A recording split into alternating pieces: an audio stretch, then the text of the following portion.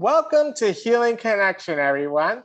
We're here to support, educate, and advocate as a supporting light for better mental health. My name is Joey Bogner, and I will be taking you on a reflective journey as we learn about being aware of our emotional style and looking at social dimensions. This presentation will also explain that our emotional state and dimensions first develop when we are young. So without further ado, let's dive right into the presentation. There are 6 dimensions: outlook, self-awareness, attention, social intuition, sensitivity to context, and resilience. We will go through each of these now.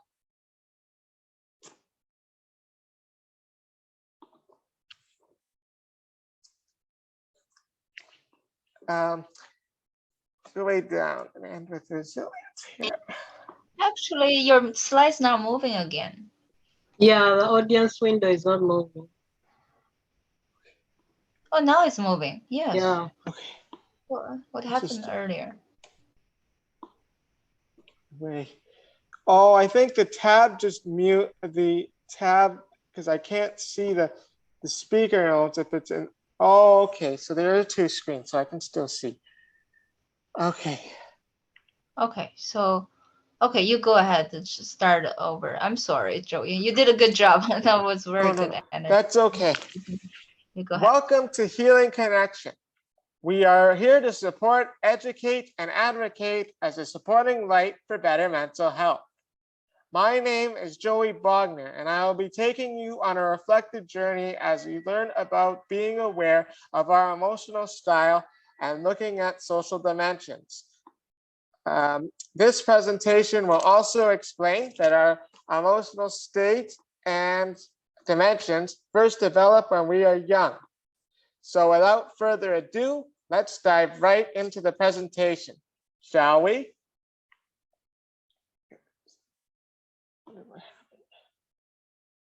There are 6 dimensions: outlook, self-awareness, attention, social intuition, sensitivity to context, and resilience. We will go through each of these now.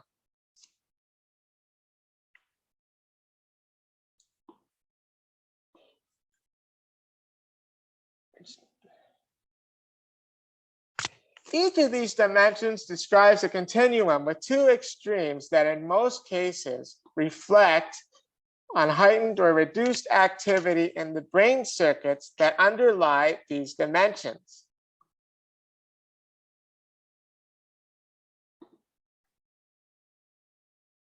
There are different kinds of social dimensions: resilient, outlook, self-awareness, and social intuition. We have to live through experiences in life to determine which dimension we fall under. For example, I am a person who falls under the category of resilience and self-awareness because I have overcome challenges in my disability. I'm also a person who is self-aware because I am aware of my own limitations, such as being unable to drive a car, my inability to play sports. The dimensions we identify with are based on childhood and brain patterns.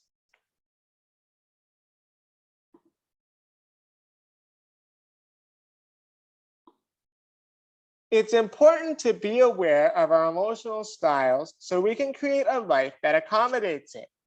You cannot physically change your emotional style because it determines who you are. People are capable of changing their environment. The author reflects back on an autistic teenager named Mike, who reduces social gatherings with others because it overwhelms the amygdala, the section of the brain that's responsible for making memories. Mike's emotional style involves having low social intuition. He is being aware of his own limitations.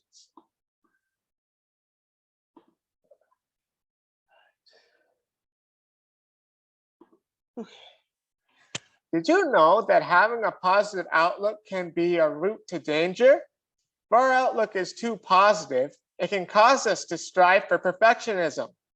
Having a positive outlook actually impairs our ability to learn from our mistakes and improve ourselves. Positive outlook allows our brain to feel a sense of reward.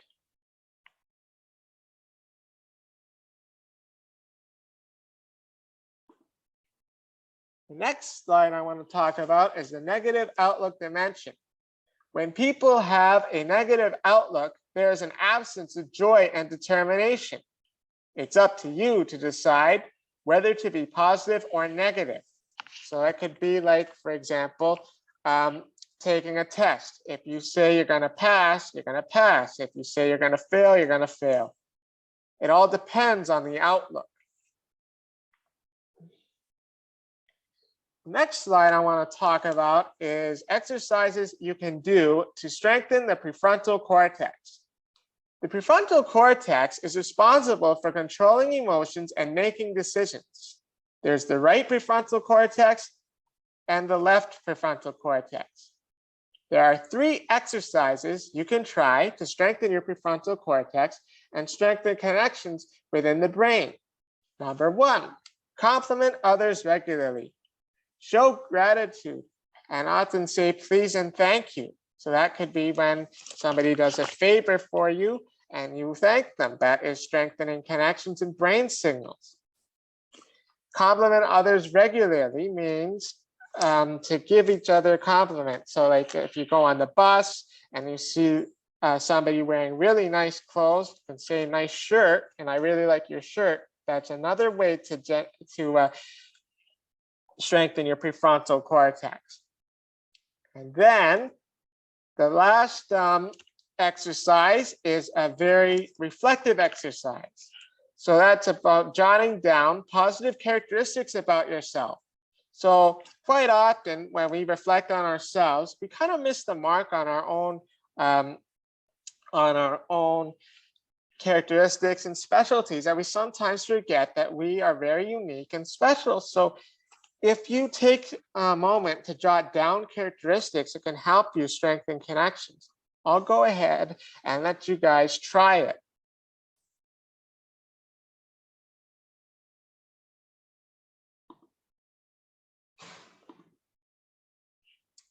The next slide I want to talk about is self-awareness dimension. It's important to be self-aware so that we can better understand ourselves and how we feel. Self-awareness affects the amount of insulin produced in our brain. If people have a high level of self-awareness, insulin levels increase. If people have a low level of self-awareness, insulin decreases. While self-awareness is important to engage our visual perceptions, too much of it can be dangerous. According to some research on panic disorders, there are ways to decrease insulin. This can be done by being aware of your emotions and behaviors. Being aware decreases activity in the amygdala and the orbital frontal cortex.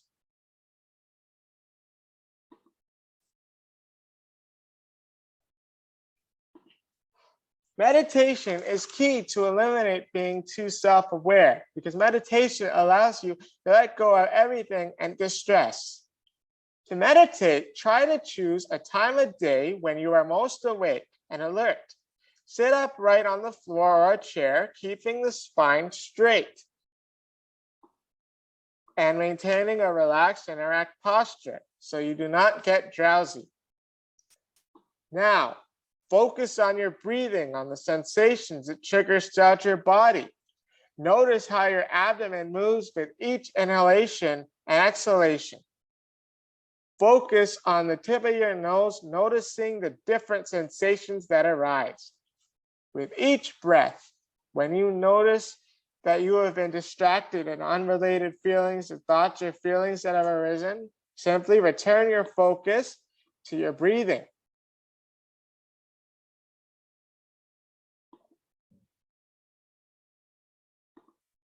The next slide I want to talk about is social intuition. Social intuition is important because it teaches us to read social cues. People that identify as members of the social intuition dimension can improve their social skills by having conversations. They can start with strangers. When you're out in public, pick a couple or small group of friends and discreetly watch them. Pay particular attention to their faces, which communicate so much. Social information. Remind yourself to look at other people's faces when you watch them, and particularly when you interact with them. See if you can predict how they will touch each other or not, how close they will walk together, or whether they will look into each other's eyes while speaking. Get close enough to overhear them, assuming you can manage this unobtrusively. I recommend giving it a try in a crowded place, such as a party or a packed apartment store or a jammed movie theater lobby. See if their tone of voice seems to match their body language and facial expression. If not, then you are probably misunderstanding something. Take note of that and apply the lesson to the people you observe. Once you feel confident that you're able to tell what people are feeling, try it with friends or colleagues.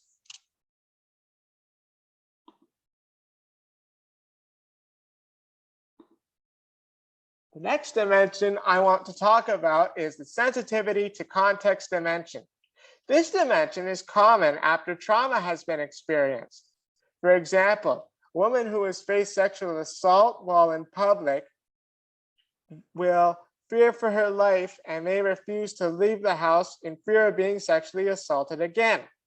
Sensitivity to context is a dimension that is difficult to solve as minimal research has been done on coping methods. There are some mindfulness exercises you can try, such as start with a simple breathing technique from yoga with your eyes closed and attend to your breathing as you would in mindfulness meditation, counting the duration of each inhalation and exhalation. Once you have counted for several breaths, lengthen your breathing cycle so it takes you 1 more second. Keep increasing the length as long as you feel comfortable. Then maintain longer breaths for 5 minutes. Notice if the exhalation and inhalation are the same length. If one is longer, try to lengthen the other so that they take equal amounts of time. Do this for 5 minutes, then open your eyes. For context training, try to make a list of specific cues and behaviors of your boss that upset you. Be as specific and vivid and detailed as possible. Then in a safe context, such as at home on a weekend, gently and gradually bring to mind images associated with your boss. Conjure up how she looks watching you at day's end, and imagine her face as she reads your work. Simultaneously perform this breathing exercise. Continue to do this until you feel comfortable, despite imagining your boss's glowing visage and his habit of hovering over your work. Spend about 15 minutes on this exercise.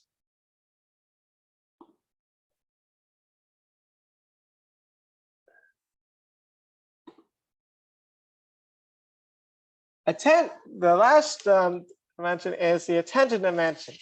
Attention means giving our full focus to situations happening around us. People who do not pay attention are preoccupied with their own thoughts. An example of not paying attention would be ignoring your colleagues when they're complaining at work. A key aspect of paying attention is to focus on the big picture. When we do not pay attention, we only understand information in bits and pieces. People in the attention dimension can improve themselves by sitting with their eyes open. Find a small object such as a coin, a button on your shirt, or an eyelid on your shoe. It's important that the object of attention be visual rather than your breath, your body image, or other mental objects. Limit distractions when doing this. Focus all your attention upon one object. Keep your eyes trained on it. If your attention wanders, calmly try to bring it back to that object. Do this daily for about 10 minutes. If you find that you are able to maintain your focus for most of the time, increase your practice by about 10 minutes per month until you reach 1 hour.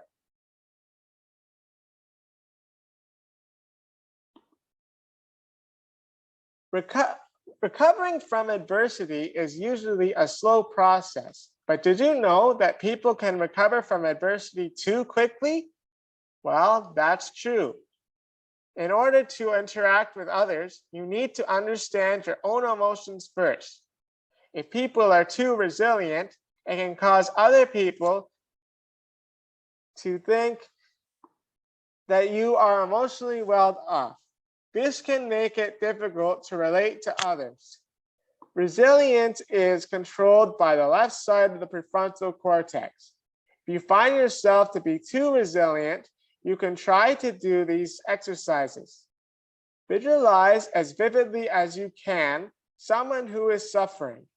It can be a friend or relative who is ill, a colleague who is struggling at work, a neighbor whose marriage is ending. The closer the person is to you, the stronger and clearer the visualization will be. If you are so fortunate as not to know someone who is suffering, try to visualize a generic person such as a garbage picker in Delhi, a starving child in Sudan, a cancer patient in a hospice. On each inhalation, imagine that you take in this person's suffering. Feel it viscerally as you breathe in. Imagine her pain and anguish passing through your nostrils, up your nose, and down into your lungs. If it's too difficult to imagine physically taking in her suffering, then imagine the suffering leaving for each time you inhale as you breathe. Conjure an image of pain and anguish near your body like fog dissipating under a bright sun. On each exhalation, imagine that her suffering is transformed into compassion. Direct this compassion toward her as you exhale. Imagine the breath flowing toward her, a gift of empathy and love that will envelop and enter her, assuaging her pain.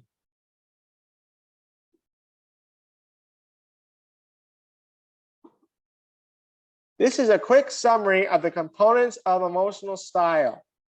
Resilience, fast to recover, 10 being slow to recover. Outlook, 1 being negative, 10 being positive. Social intuition, 1 being puzzled, and 10 being socially intuitive. Self-awareness, being self-opaque to being self-aware. Sensitivity to context, 1 being tuned out, 10 being tuned in. Attention, 1 being unfocused and 10 being focused. Discussion time. I would like to take the time to discuss any takeaways you learned from this presentation. Here are some questions to consider. Which emotional exercise do you feel most comfortable doing? What social dimension do you think you identify with? Outlook, attention, resilience, self-awareness, or social intuition?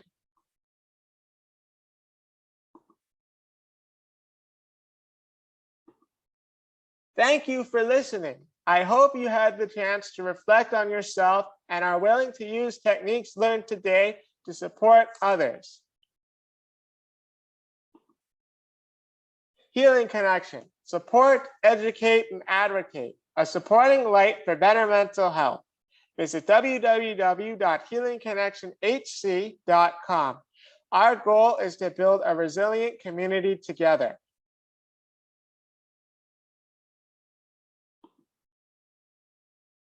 Before you go, we have a special treat for you. This is a play called The Fallen Star, created by Alice, myself, and Angela. I hope you enjoy it.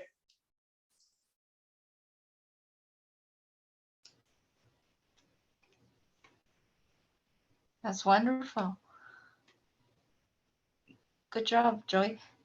Thank you.